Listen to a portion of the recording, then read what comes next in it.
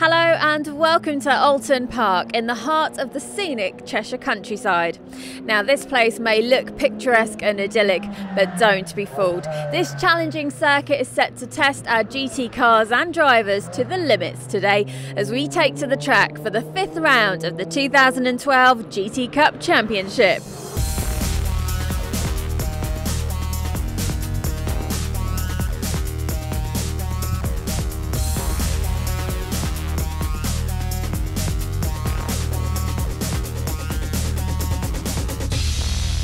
Group 1 features a great mix of cars this weekend, with some exciting new entries joining the grid. With models from Audi, Ferrari, Porsche, McLaren, Ginetta, BMW and Chevron going wheel to wheel, we should be in for some good close racing. So let's go and check out some of the new machinery we have joining the grid. Well, Jim, it's fantastic to finally see you in the McLaren. We were hoping that we'd see you a lot sooner than this. What's been going on this season? Slight issues with the car, working hard to get them resolved, but it looks like we're getting there now. This is the first race. Haven't done the race yet, but we've done qualifying. This is the first qualifying we've done since October, since British GT, but the cars had little issues and I've been busy with work and we're getting them resolved. The car feels good. The car, when it's going, is absolutely awesome. It's just keeping the reliability, which I think we're working hard with McLaren to sort out, so it's a good future for the car, I think. Oh, well, I bet after all this waiting you're chomping at the bit to get out there and actually do some racing in her. Absolutely, it's 9-10 months now, so I'm looking forward to this one. I'm looking forward to it very much so. You're not out in the GT3 this weekend, instead you've stolen your dad's car. Yeah, no, I think the decision was made this morning by one of the team bosses that I'd obviously switch to my dad's car without mine being running, but we're hoping that we're going to have another engine in by race 2 today. Certainly for race 1 you're going to be running in Group 2 and your dad's got another different car that he'll be running in also in Group 2. Yeah, no, we've got a very kind customer, Darren Nelson from Chevron, who said that I can borrow his car if I'm using my dad's, so we're all still at race. It's going to be good fun anyway, we'll see what happens. Well, Nigel, you've bought another lovely new entry to the grid this weekend, the Audi R8. How long have you had this car? About 3 weeks now. Yeah, we bought it from United Autosports in an ex-British GT car, and so far so good. It's lovely to drive. Yeah, somewhat different to the Aquila that you've been used to driving. Yes, it's not quite such a brute as that. It's would be probably 100 horsepower down, but I hope with it's open to such more series of racing. So hopefully we're going to go up a step now. Absolutely immaculate Audi R8 then of Nigel Mustill. He's got a little bit of work to do as we take a check at the grid with Jim Geddy in that beautiful McLaren in pole position. Richard Chamberlain alongside on the front row of the grid. Derek Johnson and Jordan Witt lockout row 2 with Jordan Witt heading up Group 3 and John Saunders the foremost of the Group 3 cars, with Peter Rowbottom completing the exotic grid in the GT Cup Championship. It's a rolling start as always. The lights out on the pace car and Jim Geddy taking the responsibility of just bringing the field down to crawling pace. He'll then look to get as good a jump as possible when those red lights flash out. The race gets underway, but he's alongside the ultra powerful Porsche of Richard Chamberlain. There's Derek Johnson who's trying to get up onto the tail of the front row as away we go. That's a superstar from Chamberlain who gets the power down. He squeezes Jim Geddy and he goes through. Chamberlain snatches the lead of the old tall corner. Super move from Chamberlain. Jim Geddy really didn't want to give that to him, but Chamberlain was insistent. He went through and was able to wrestle his way into the lead of the race. And we ride in car with Derek Johnson as they exit Cascades, accelerating on towards Island Bend for the first time.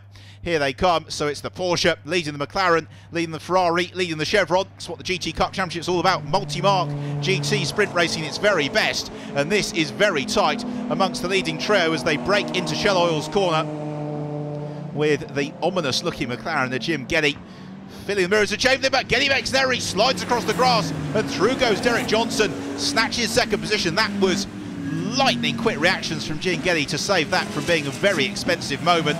So he's in 3rd position. Peter Rowbottom having a nice battle with David Witt.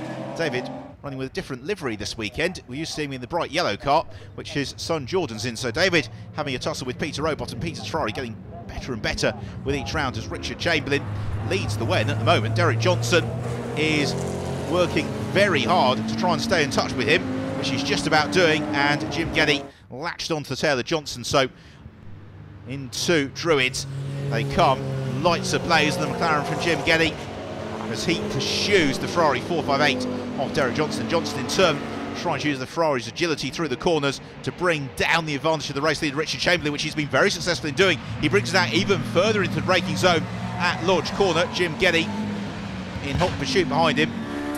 In car once more is Derek Johnson as we complete the first lap of the race into lap 2, into the braking zone for Oulton, down through the gears. Super on board shot now with Derek Johnson with all the data as well and the telemetry that the car's pumping out as the race progresses into Cascades. Then just the moderate 77, 80 miles an hour that he's going through Cascades as the David Witt and Peter Rowbottom battle continues. Really nice tussle this one amongst the Group 3 runners. At the moment it's just in honour of Rowbottom. It's kicking up the dust comes the leading trio into Island Bend, and Jim Geddy is looking increasingly anxious to try and get past Derek Johnson. He shadows the inside line there into the hairpin. He couldn't quite do it though. Johnson, experienced enough, a wily competitor, able to cover his line, but then Jim Geddy is right back onto Derek Johnson's case into Britain's. You can't really overtake there, but slightly ragged exit from Britain's would give the opportunity into Hizzies. There's Colin Broster, he leads Group 3 at the moment. Colin having a very successful season in the GT Cup Championship. Into Hizzies then, the leading trio. Constantine are up on each other, and Richard Chamberlain really having his work cut out at the moment to keep Johnson behind him as they accelerate up over Clay Hill. This is where the Porsche just able to move a little bit clearer of Derek Johnson, who crests the hill. 150 miles an hour for Derek Johnson at that point on the circuit, and then into Druids with Jim Geddy still an ever-present shadow right on his tail. Accelerating then on towards Lodge Corner, down through the gears, really heavy braking zone this, which plays into the hands of the Ferrari, and he thinks about moving to the inside of Chamberlain. He can't quite do it, moves back up through the gears, puts his foot down and into start another lap. This leading group of cars providing some great entertainment. This is one of the closest races we've had this season, and it has still got a lot of drama to go, I feel, because Jim Geddy is anxious to get through, and this is why he is in third position, dropping the wheel on the grass. About 100 miles an hour he did that, as Nigel Mustill's absolutely beautiful Audi R8 continues well up the order. He's fighting for a top 6th position, as the leading group of cars still very little to choose between them.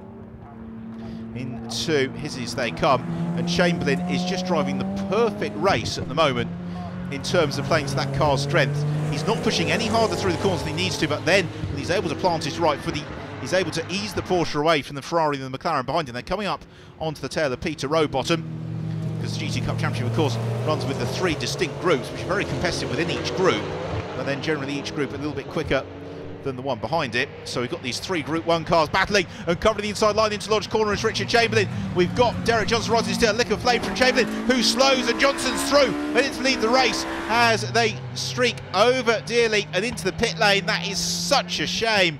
Richard Chamberlain peels off and out of the race.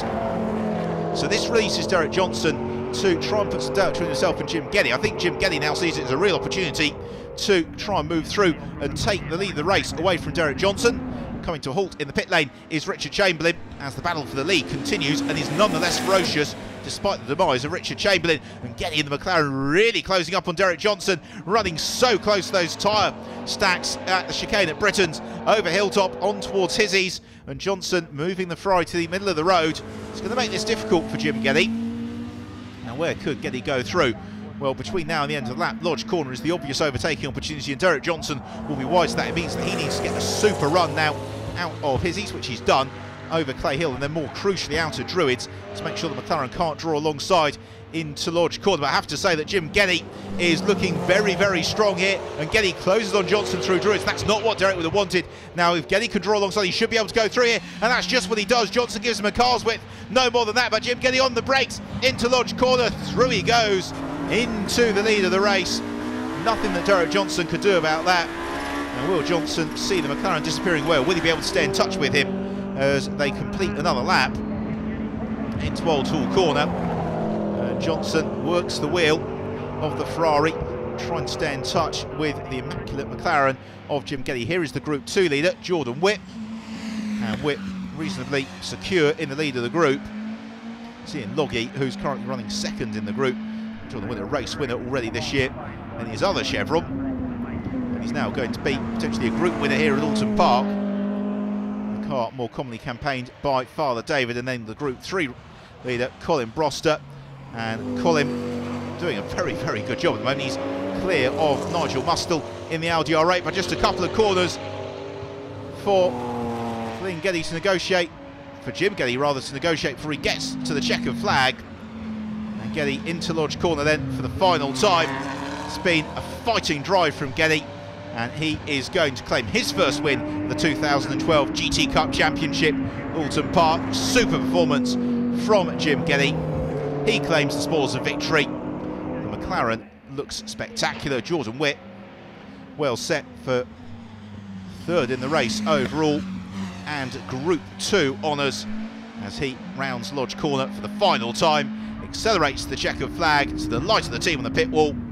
So it's the Group 2 victory for Jordan Witt, and Group 3 honours, well, Colin Broster has just been in a really rich reign of form throughout the course of the 2012 season. It continues at Oulton Park, and he is going to be a fairly emphatic winner in Group 3. And that's also good enough for 5th place in the race overall, which underlines Colin's pace, and he's pleased with that. Door open, waving to the crowd almost immediately. So let's take a look at the results, with the win for Jim Geddy, 2nd place for Derek Johnson, 3rd place for Jordan Witt, Ian Loggy in 4th, Broster 5th wins Group 3, Nigel Mustel steering the Audi through to complete the top 6. In terms of the group results, well, Group 1, Jim Geddy from Derek Johnson and Nigel Mustel.